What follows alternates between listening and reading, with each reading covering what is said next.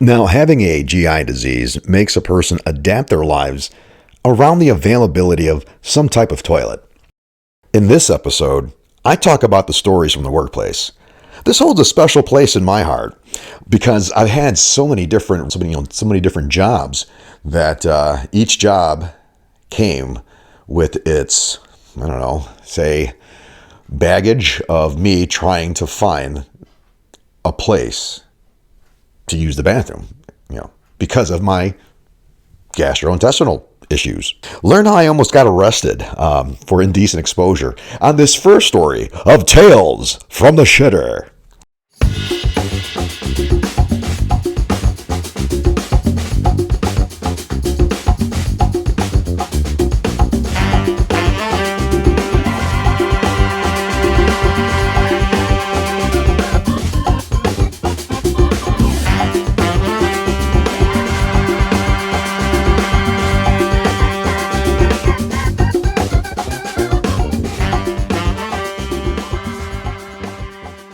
One of the first jobs I've had was a roofer.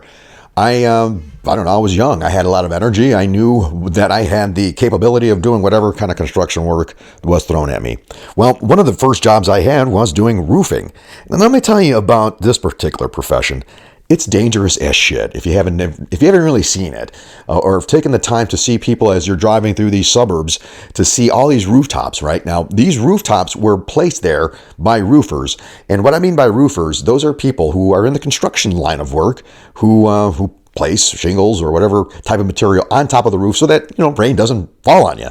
So these guys are a class of in their own, and I was fortunate enough to be part of them.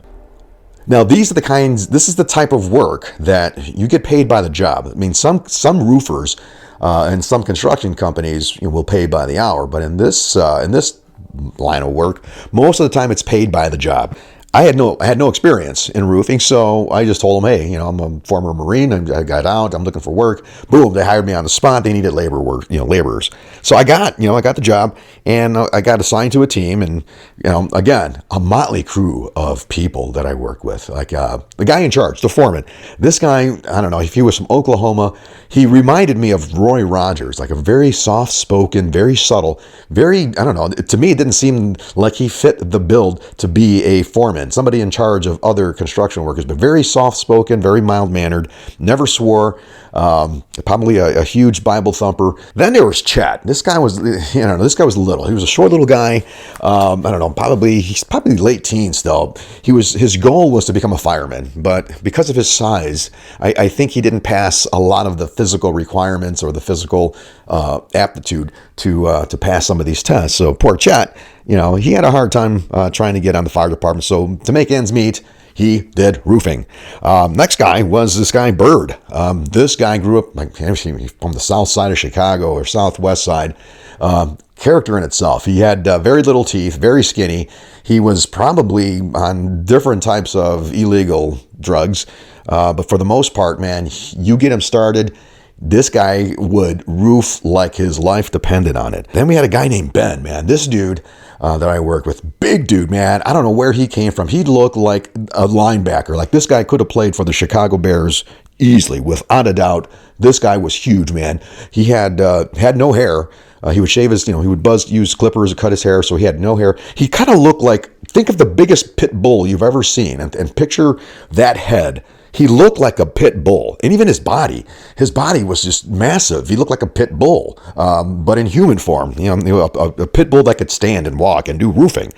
And then last, one of the guys I remembered was a guy named Mario. Now, Mario I am not lying. He was from Italy. I mean, straight from Italy. He just, as soon as he got off the plane, he got a job roofing, and that was his career, to do roofing.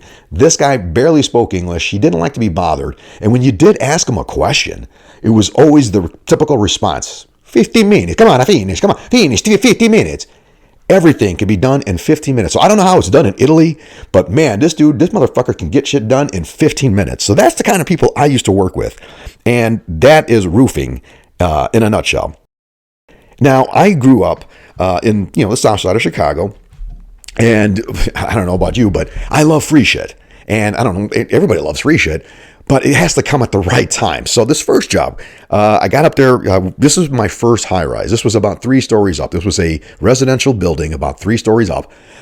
We had to lug shingles by hand, like on our shoulders, up a ladder because the boom couldn't get in there because the buildings were so close together. They were so tight.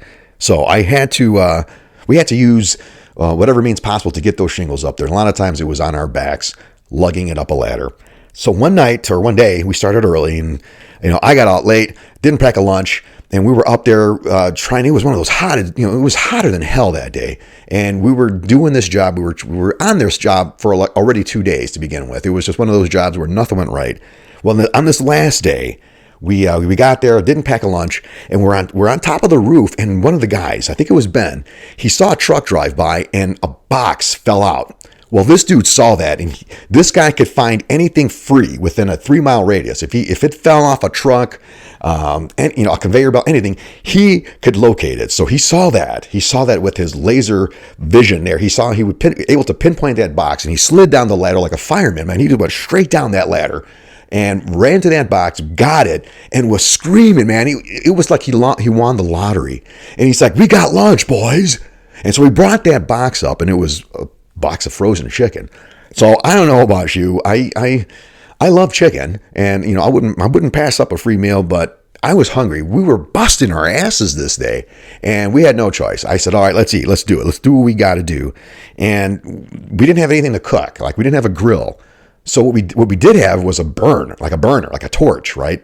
We used those torch burners to heat the tar or whatever material it is to warm it up and melt it.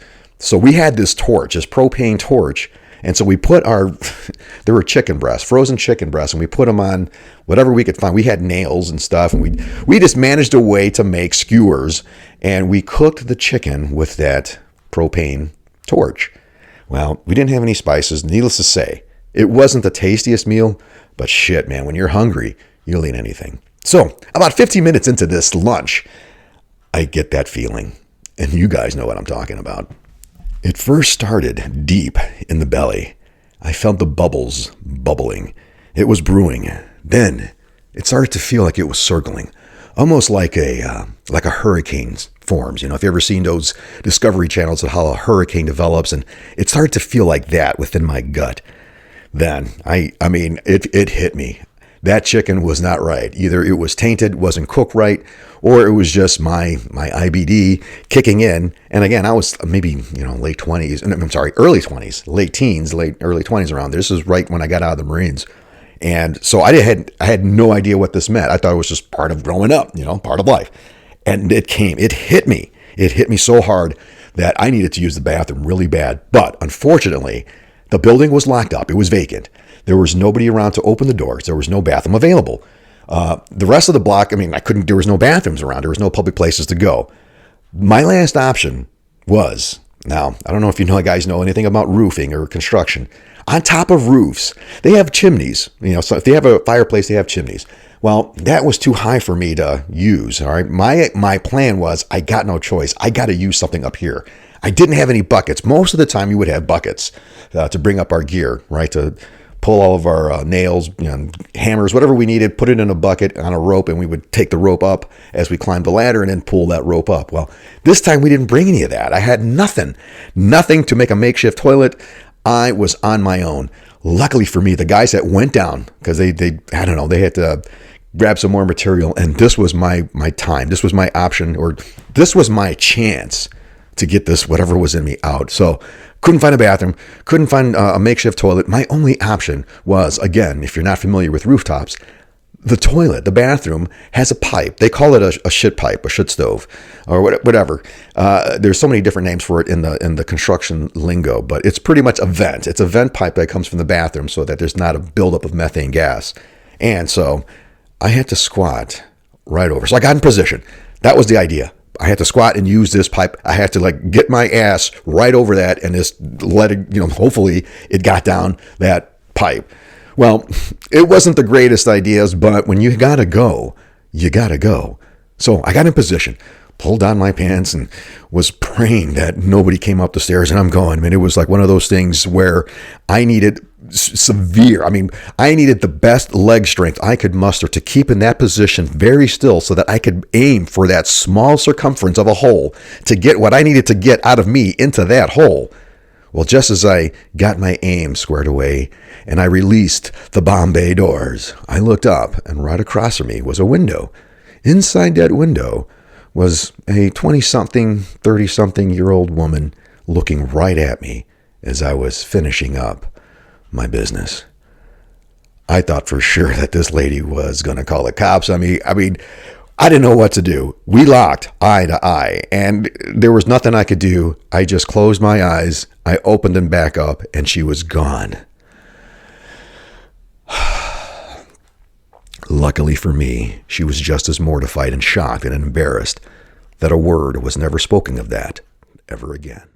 One of the things I learned about this is no matter where I go now, I always take some type of toilet paper. All right. You never know when you get stranded and you got to relieve yourself. And if you got nothing to use, usually to clean yourself up with some type of paper, your last option is some piece of clothing. And we're going to get to that another time about, losing clothing due to the issues related to IBD and what have you. So, and then the other thing is, I got some amazing strength in my legs. I got to give myself credit, man. Doing all those stairs and all those squats and all those legs of steel videos. I got some pretty powerful legs. All right. So anyway, thank you for sharing, or thanks for taking the time for me to share my story with you. Next time, I'm going to talk about my time, going back to the workplace stories. My time was one of my next jobs I had making eyeglasses. So, thanks for tuning in, not tuning out. And don't forget, tell your friends about Tales from the Shitter. Spaniard out.